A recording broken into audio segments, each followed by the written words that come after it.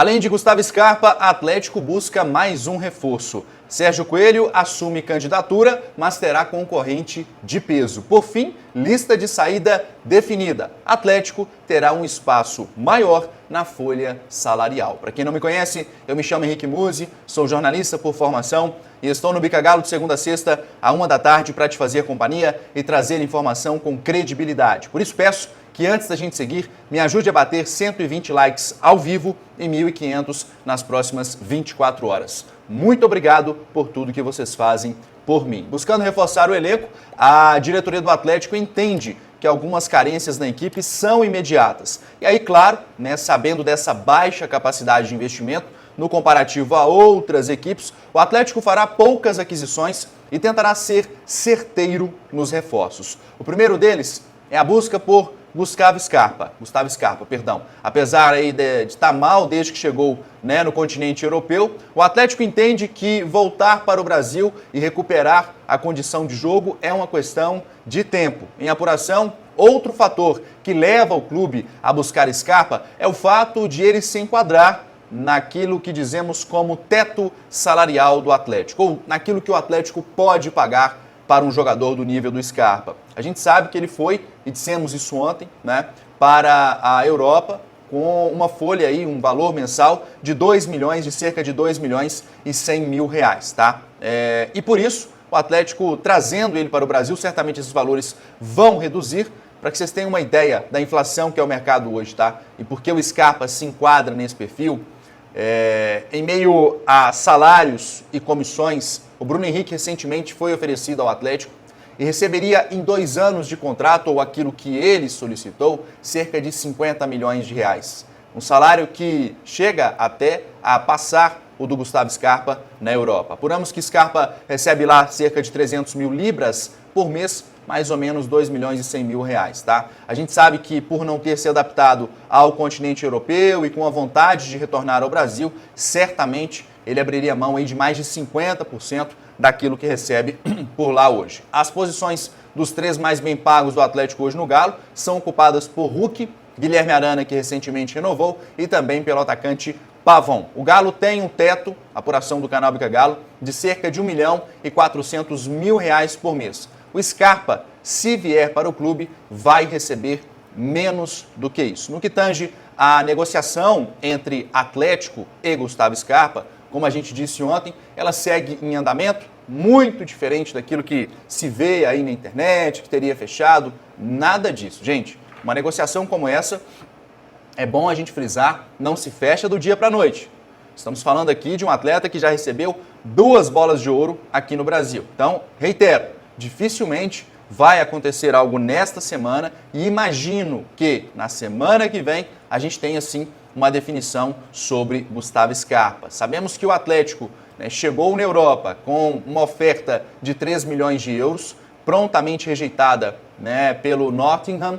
Vale destacar aqui também, tá, que o Nottingham e também o Olympiacos, clube onde o Gustavo Scarpa atua hoje, são do mesmo dono, por isso é como se fosse uma equipe B, e o Gustavo Scarpa não conseguiu jogar nem na Inglaterra e nem na Grécia, tá mal por lá, a verdade é essa, mas sabemos também que isso é influenciado por uma série de fatores, emocional, distância da família, o Scarpa tem uma personalidade mais forte, e aí, em meio a tudo isso, as negociações que caminham para um meio termo entre aquilo que o clube inglês pede e o que o Atlético pode ofertar, tem também envolvendo o próprio Gustavo Scarpa. Não há acerto salarial, como chegaram a dizer por aí, porém ele sabe dos limites daquilo que o Atlético pode oferecer de salário, e vai depender muito também do que o jogador deseja para o futuro dele. Se ele quer vir mesmo para o Brasil, se vai aceitar essa redução de mais de 50% no salário, eu acredito, tá, Henrique, que do meio para o fim da semana que vem,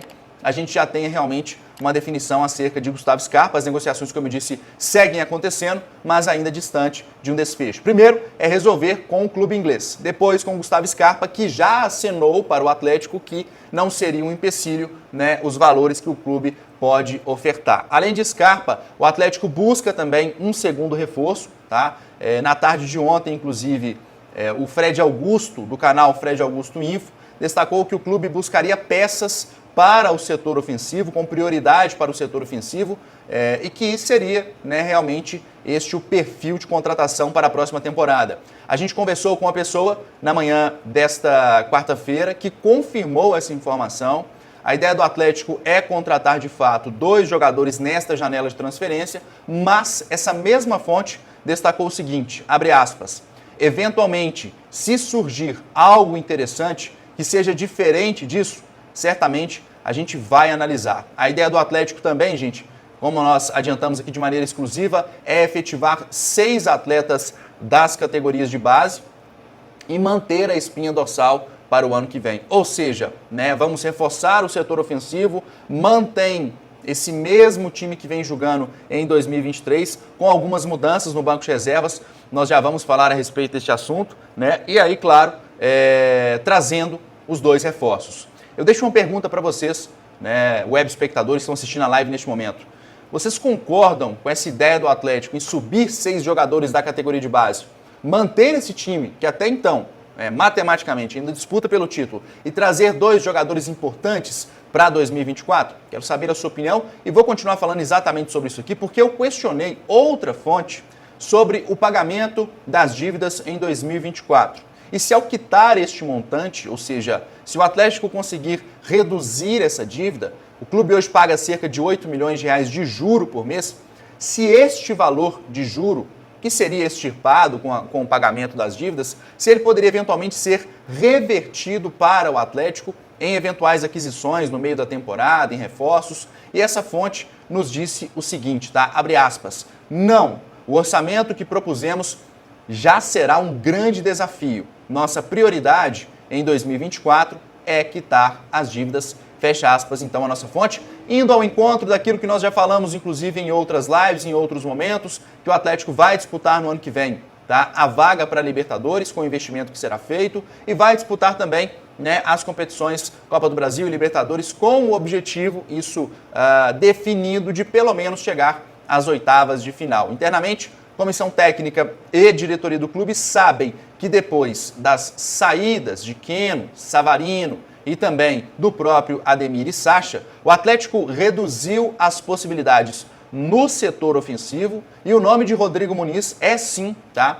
Mais um daqueles atletas que o Galo tem interesse. A gente quer relembrar aqui que há cerca de 2 ou 3 meses, se não for um pouco mais, nós trouxemos a informação no Bica Galo de que o Rodrigo Muniz, o Atlético ofertou 4 milhões de euros neste jogador e não conseguiu adquirir. O clube enrolou e a janela fechou a época e o clube, o Galo, agora pretende novamente fazer uma nova tentativa, abrir uma tratativa por Rodrigo Muniz, que foi revelado pelo Flamengo e tem exatamente as características desses jogadores que eu citei aqui. Consegue atuar como centroavante e também nos flancos do campo. Além de Rodrigo Muniz, outros nomes também estão na mesa, tá? Lembrando que o Rodrigo Caetano terá, gente, que tirar leite de pedra, a verdade é essa, porque o Atlético liberou para o Caetano, que já não tem dinheiro para fazer contratações há algum tempo. É bom ressaltar aqui que o Galo, né, os últimos reforços foram em fim de contrato ou por empréstimo. Ele terá, talvez nos últimos 2 anos aí, né, a possibilidade de usar dinheiro para contratar, mas serão 8 milhões de euros ou 45 milhões de reais. Só para que vocês tenham uma ideia de comparação, tá? O Flamengo só de folha salarial para o ano que vem vai gastar 430 milhões de reais. A diretoria atleticana já deu o sinal verde para negociar, mas, repito, com este mercado inflacionado não será fácil. Se estes 2 nomes forem Gustavo Scarpa e Rodrigo Muniz, com esse elenco que o Galo tem hoje e com 6 atletas subindo das categorias de base, renovando com o Saravia, renovando com o Lemos, eu quero saber a sua opinião. Acha que será um time competitivo para a próxima temporada? Eu, Henrique, sou capaz de afirmar que sim. Vamos então para a próxima pauta, tá? O Sérgio Coelho assumiu a candidatura, mas terá o Bolívar como seu concorrente. Antes da gente falar deste assunto, gente, eu peço que você deixe seu like, que ainda está muito baixo. Me ajudem a bater 120 likes ao vivo e 1.500 nas próximas 24 horas. Eu conto muito, muito, muito mesmo com a sua ajuda e com a sua participação. Obrigado por tudo. Quero falar aqui também, de maneira breve, da Betano, que é a nossa patrocinadora oficial. Se você investir R$20, ganha mais 20. Se investir R$500 em apostas, ganha mais 500 na hora. Para isso, tem que usar o código promocional BICAGALO no seu primeiro depósito. Utilizando a palavra BICAGALO, tudo junto, automaticamente você recebe essa verba. O link está na descrição do vídeo e também aparecendo aí no seu QR Code.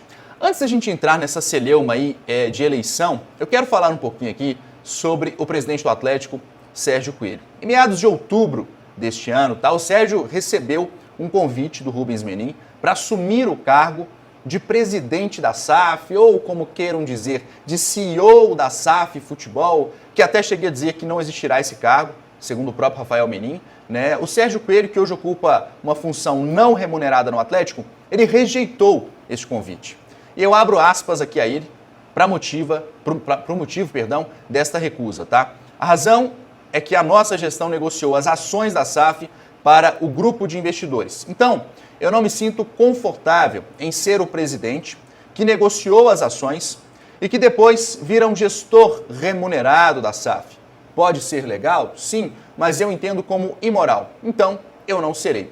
À frente do Atlético, o Sérgio Coelho foi um dos presidentes mais vitoriosos da história do clube, tá? É importante a gente ressaltar aqui o triplete em 2021, 3 campeonatos mineiros e também uma Supercopa. 2 títulos a cada ano, tá? Essa é a média do Sérgio Coelho, que foi ainda diretamente responsável, se não o principal por acreditar nisso, no reconhecimento do título de 1937. Nos corredores do Atlético, gente, o que mais se ouve é que sem o Sérgio Coelho, o Atlético estaria completamente bagunçado. É importante a gente frisar isso aqui. Em contato com uma fonte, e eu abro aspas a ela aqui, ele tem um poder de pacificação, de voz equilibrada e principalmente de confiança.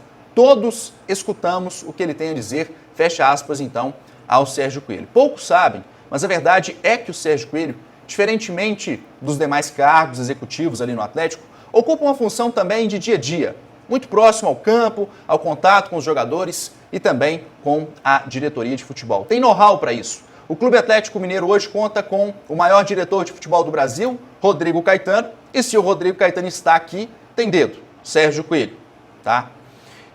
Digo mais, precisamos também enaltecer neste momento, e acho que é importante frisar isso, tá? O que os bons fazem. Eu, Henrique, sei que falar de coisa boa às vezes não vende muito, mas eu tô cagando e andando para isso, a verdade é essa, me desculpem pela palavra aqui, tá? Os bastidores do futebol, gente, são realmente apaixonantes, porém muito perigosos. Se você soubesse 1% do que realmente acontece por debaixo do tapete, eu tenho certeza que a sua percepção seria totalmente diferente sobre a atmosfera do que é o futebol. Por fim, antes de abordar aqui, tá, as eleições, eu quero destacar também que 2 atributos, na minha concepção, formam o caráter de uma pessoa. O primeiro atributo é a honestidade. O segundo atributo é a gratidão. E aí eu posso dizer de maneira clara e evidente aqui, o Sérgio Coelho tem isso de sobra. Pense você recebendo um convite, e eu tenho a plena certeza que não seria para ganhar menos de R$200 mil por mês, não seria, e recusar este convite por entender que, na sua concepção, segundo o próprio Sérgio Coelho, pode ser legal, mas eu entendo como imoral. É isso. Esse é o Sérgio Coelho, tá? Enfim, vamos mudar de assunto então, falar sobre o pleito, o mesmo assunto na verdade, né, que vai acontecer no dia 12 de dezembro para o cargo de presidente da Associação do Atlético, que é, repito, não remunerado, e o Sérgio Coelho, após receber o convite, mais uma vez do Rubens Menin, decidiu participar, tá? Vale ressaltar que este cargo ele tem uma certa importância, porque ele tem voz na SAF e voto na SAF também. Nas últimas horas, segundo o jornalista Fred Ribeiro, o Sérgio ganhou um concorrente, que é o Frederico Bolívar, tá? Ex-comentarista de TV. Bolívar decidiu sair da Europa, voltar para o Brasil e pretende, então, abdicar do que tem hoje para tentar ser presidente do Galo. Fato é que, nos bastidores, uma eventual vitória de Bolívar é considerada como as chances como quase nulas, lembrando que o Sérgio Coelho tem um apoio da atual direção. Enfim, é isso. Quero falar agora, mudando de assunto, sobre a lista de saída que está em parte definida, tá? Se a gente falou em reforços, chegou o momento também de falar de quem não fica no Galo. Diferentemente de outros momentos, tá? O Atlético entende que alguns jogadores devem ter o contrato rescindido, outros devem ser emprestados e outros devem ser vendidos. Deste grupo, algumas certezas, tá?